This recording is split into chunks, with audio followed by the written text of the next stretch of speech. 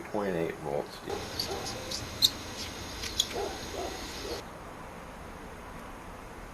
Okay, that's not too bad. It's in the middle of the red, a little bit less than the middle of the red.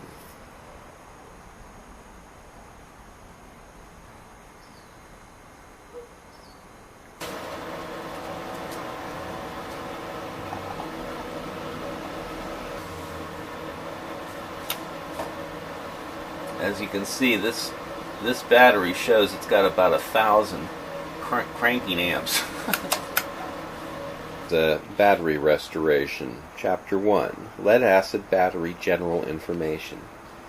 In the average lead-acid car battery, golf cart battery, or variations like sealed batteries, the standard electrolyte solution is 35% sulfuric acid and 65% distilled water.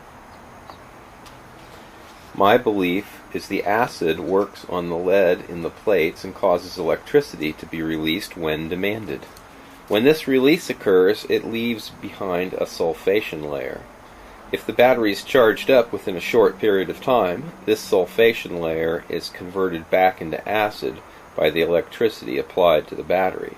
So the common belief is that if you leave your lights on or drain your car battery, a soft sulfation layer is formed, and this can be restored by jumping the car and having the alternator charge up the battery and remove this sulfation layer. But if you leave the battery dead and discharged for a long period of time, like weeks or months, then a hard sulfation layer will form, and it is impossible to remove it by charging. Each cell in a lead-acid battery that is full capacity will be slightly over 2.1 volts DC. So if you count the cells and it's 12 volt, it will be 6 cells. The battery voltage will drop as its capacity is used. Most of the starting problems in a car are because the battery posts are dirty, and getting a good connection will cause your car not to start. If the battery electrolyte or water is lower than the top of the plates, which is usually caused by your alternator putting out too much voltage and boiling off the water, it also won't start. A battery post cleaning brush will need to be used on most cars at least once a year to clean the post back down to a clean lead finish, like this. Okay, I don't have much hope for this battery. Let's measure the voltage first, and we're measuring the voltages 2.1, right? Electrolyte's fairly clear, and it's not, the bulb isn't coming off the bottom.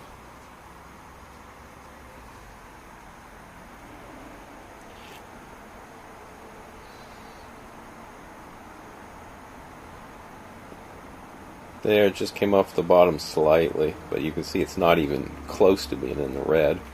This battery is dead as a doornail.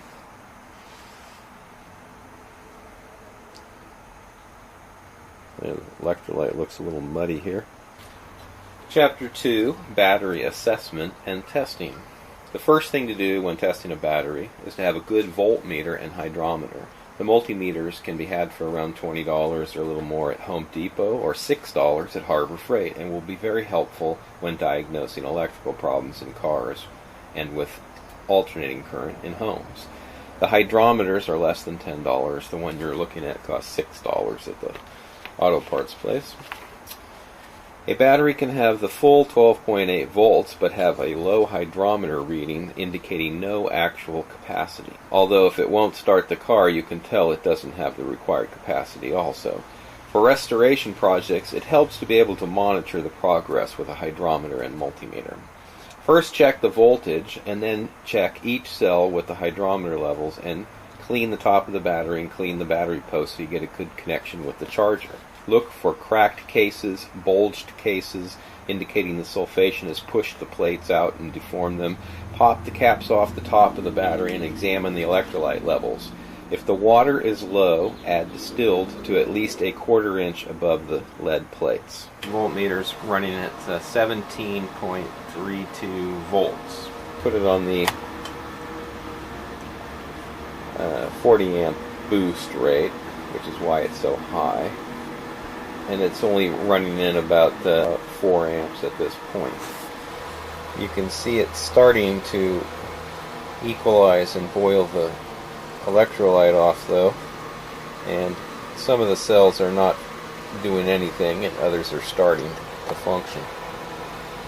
A lot of times it'll take hours and hours before you can start it to even get going. We're going to call it number 6.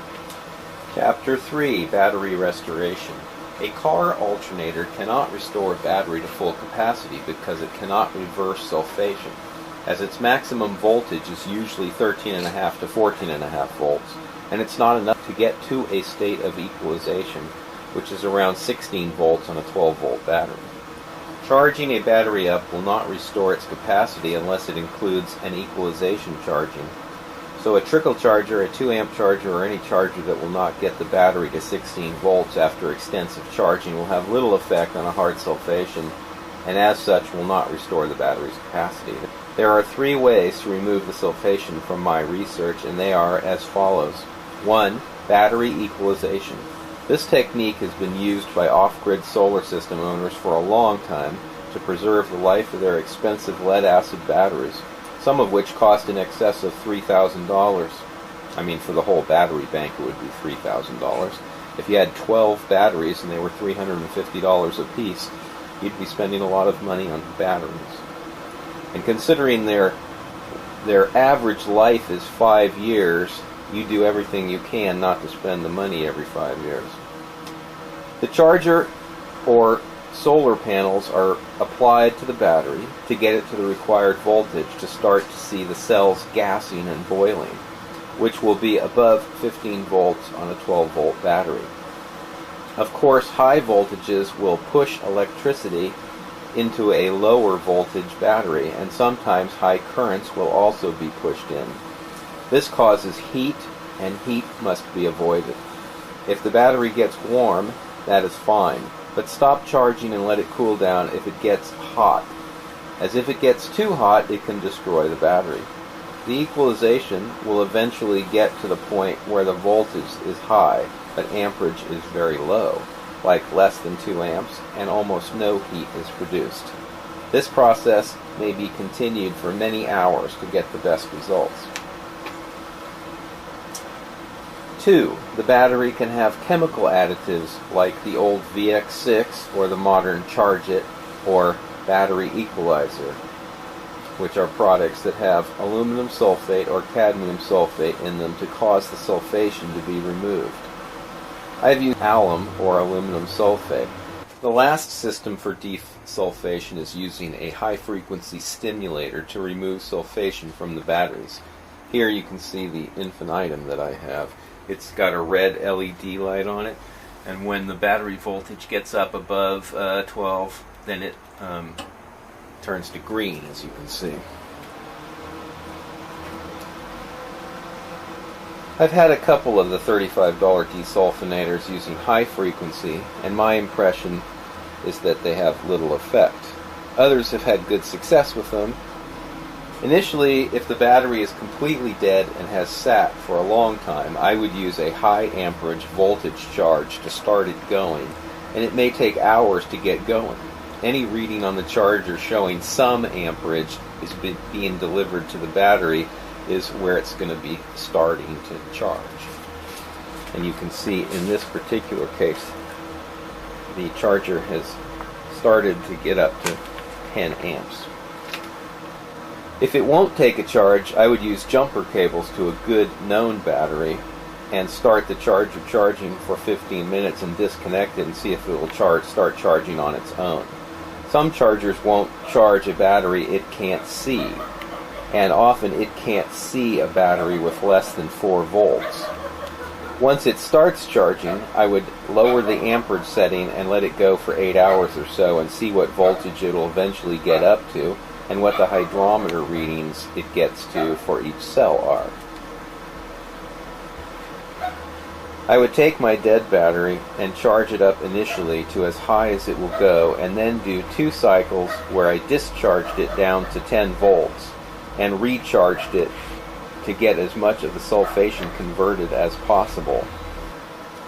After it has been restored to its best possible state through the cycle, the voltage should get to around 12.8 volts, and the hydrometer should get to about 1250. And a testing on the car will show if its capacity is okay or not. I mean, you should be able to start the car easily. You can see the Harbor Freight's fairly accurate. They're both 1691 and 1697.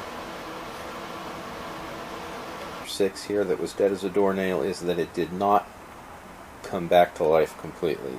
As you can see, the voltage here is 12.99, which is almost 13. It's been sitting for several days, and it hasn't come down less than that, so that's pretty good. But voltage doesn't mean everything. The hydrometer shows that the level is at just in the green, which is also pretty good. And it tests like that pretty much straight across. But we're going to show you what the cold cranking amp draw is. Okay, here we have the cold cranking amp draw. As you can see, it's close to 13 volts, and when I put the draw on, it goes down to 200. Well, 200 is not going to start a car, ever. So it doesn't matter if the voltage is up at 13, you know, although it just took the surface charge off. But if it'll rest at 13, that doesn't mean anything. If the capacity isn't there, it's not going to start a car. You need about 600 to start the car. So this battery is not coming back. It's come back remarkably, considering it had nothing to start with and it sat for years. It has come back remarkably in that regard, but it did not come back enough to be serviceable as a battery. Battery here was from 04. August of 2004. We're going to load test it. Sitting in the pile for a bunch of years. It's running at 12 point, looks like 3 volts, 4 volts, and when I put the tester on it, it's over 600 cold cranking amps.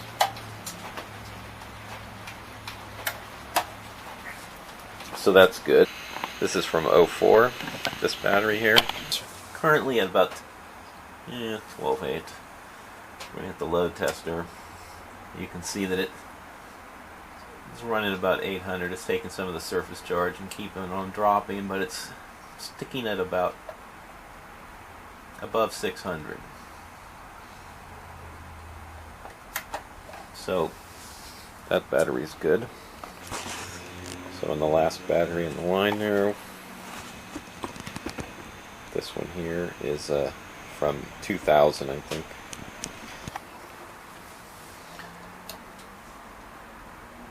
So you can see it's staying up at, well, it's dropping a little bit, but it's around 600. This is enough to start the car. Okay, and the interstate on the end, number 4 there.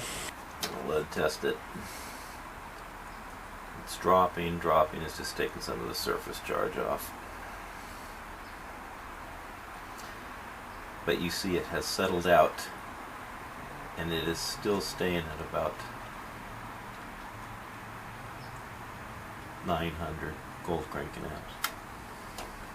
So plenty of juice in that battery.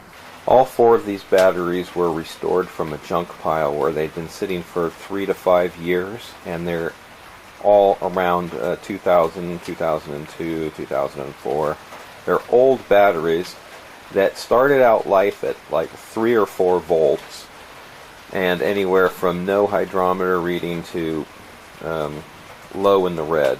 And they've all been restored to a battery that will crank a car from using equalization and sometimes Epsom salt and sometimes aluminum sulfate.